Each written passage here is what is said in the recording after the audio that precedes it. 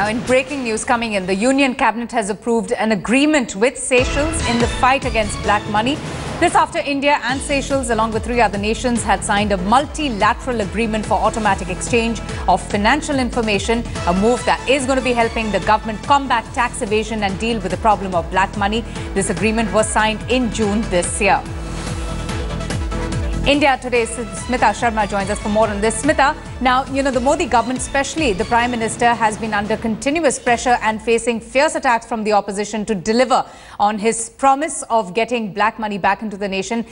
Is this agreement, to see the things to come in the near future now? Absolutely, it's in the larger scheme of things, Avantika, because remember, the government has been trying to, of course, take a couple of steps on both bilateral and the multilateral forum. The government, in fact, has also introduced the new black money law, which has a couple of stringent measures, and that is expected to come into effect from the 1st of April 2016.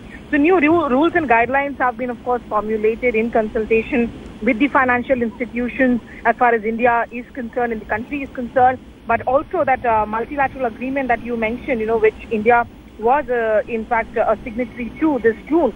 And it's along with countries like, of course, Australia, Canada, 5 other nations that had joined in the multilateral competence authority agreement.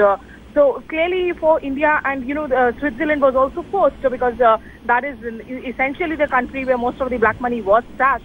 Switzerland was, of course, under probe by a lot of Western countries, under pressure. It also signed this agreement. And India has bilateral, of course, agreements also with more than a dozen countries. So Seychelles is the latest one now, which will hopefully help India's case in black money. Okay, Smita, this agreement, I just wanted to ask from your experience. Of course, as you mentioned, the government has completely ruled out any dilution in the law, to bring back illicit assets stashed abroad. But will this silence the opposition, this recent agreement that has been signed?